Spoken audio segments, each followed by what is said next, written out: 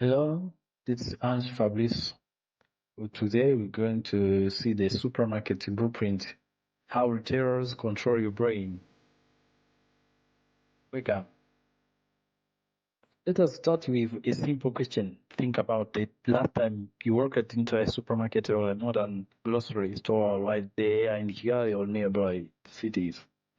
You had your shopping list ready on your phone and you knew exactly how much money you were willing to spend. You were completely confident that you were operating in absolute freedom and autonomy, choosing exactly what goes into your purse. But did you know that this sense of freedom is entirely an illusion? The very first minute you place your hands on that shopping cart, you have stepped into a highly sophisticated psychological testing ground. Every single thing you see, the scent, your breath in, and the way the floor tires creak beneath your feet, and even the rhythm of the music playing overhead. Everything has been masterfully engineered to bypass your rational brain and trigger impulse buys. In fact, research shows that nearly 40% of the money we spend in these markets consists of items we never planned for in our budget. Today, we are going to tear down the architecture of the modern supermarkets. We will expose the hidden trick retailers use to drain our hard-earned money. And most importantly, I will give you the ultimate strategy to protect yourself from these traps. First of all, the sensory trap, the decompression zone. The manipulation begins before you even catch a glimpse of laundry soap or a bag of rice. As you cross the threshold, you are met with a wide open space that is relatively free of crowded product displays. In the retail industry, this is known as the decompression zone. This area is intentionally designed to share the hectic energy and spend you brought from outside, whether you just got out of a car or motor taxi. It forces your mind to settle down, lowering your guard and making you highly suggestible. And what do you encounter immediately after? It is never the rice, it is never the sugar. You are instantly hit with the floral department alongside the vibrant, fresh fruits and vegetables. Why do they do this? Because the human brain instantly connects bright colors and fresh floral scents with health, cleanliness, and premium quality. These foods are with the positive emotions and builds a subconscious sense of trust, meaning that when I encounter high margin or unnecessary items later down the line, your brain won't flag them as a financial loss. Even that automatic misting system spraying fine water over the vegetables isn't actually there for the lifespan of the produce. Internally, it can actually make them spoil faster. However, your eyes see those glistening water droplets and your brain instantly associates them with a deep evolutionary cue for hydration, freshness, and safety. Number two, the architecture of the maze, the layout. Now, let me show you the structural engineering behind this setup.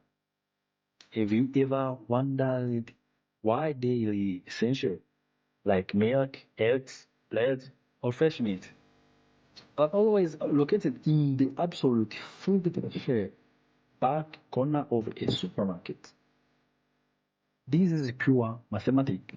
Imagine maximization. To get to that basic carton of nickel loaf of bread, the store forces you to navigate through endless rows and non-essential high-margin product, beautiful displayed on promotional end caps. Yeah, it takes times to walk through, and the more unplanned items you are exposed to, the higher the mathematical probability that you will toss them into your cart. Did you know that even the floor tiles beneath your feet are a weapon?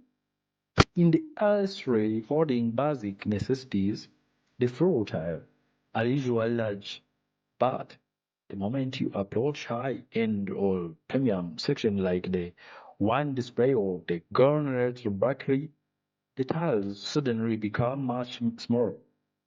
As your cart rolls over these small tiles, it creates a rapid, loud clicking sound. Clack, clack, clack. Subconsciously, your brain hears the fast rhythm and firstly assumes you are racing through the store too quickly. Your natural reflex is to immediately slow down your walking pace. The slower I walk, the more your eyes drift to the shelves, and ultimately, the more I buy. Traffic management, I live economics. That's number three. Once you are loaded into a nice street, the battlefield shifts from macro architecture to micro positioning. It comes down to the mechanics of human side here in retail management. This is called the bullseye zone, the area where the islands fist. Its specific zone is sitting between 1.2 to 1.5 meters off the ground. It is the most expensive real estate on the major corporate manufacturers pays massive hidden placement fees known as slotting fees just to guarantee their product sit directly at your exact A level. This tier is strictly reserved for high-priced, heavily advertised name brands with massive profit margin. If you want budget-friendly options or generic alternatives, you have to actively train yourself to look down at the bottom shelves or live up to the very top. But what happens when you scroll down the store or cereal ice tray? Notice how the bullseye zone dynamically drops to a lower level around 3 feet, 1 meter of ground. Highly processed colorful snacks and sugar cereals featuring animated characters are placed on their lower shelves. So they sit at the exact A level of a child sitting in or rocking next to a shopping cart with a mom or dad. It is a calculated move designed to trigger pista power, sparking a confrontation right there in the ashtray until the parent finally covered to the purchase. Number four, the final gauntlet, the checkout.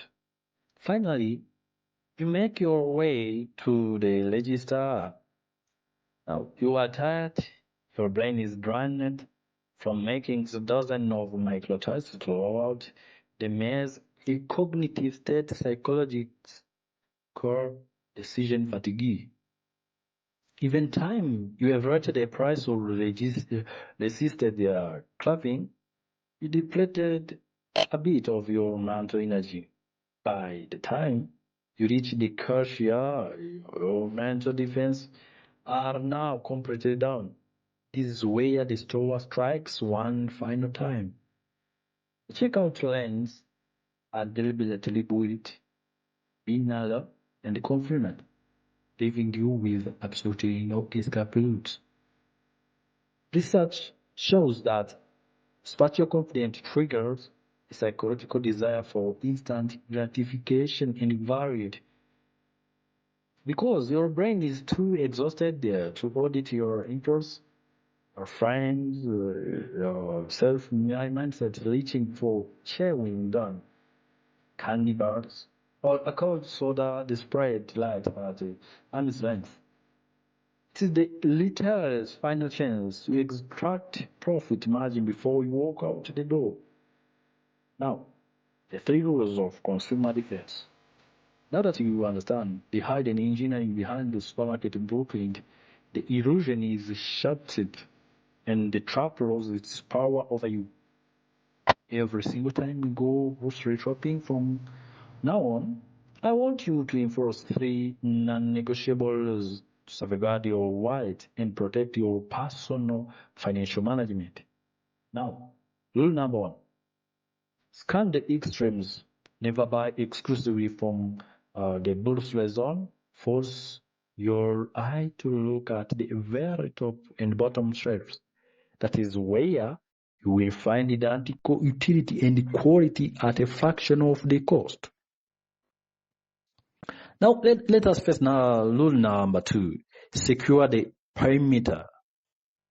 Stick to the outmost edge of the store layout.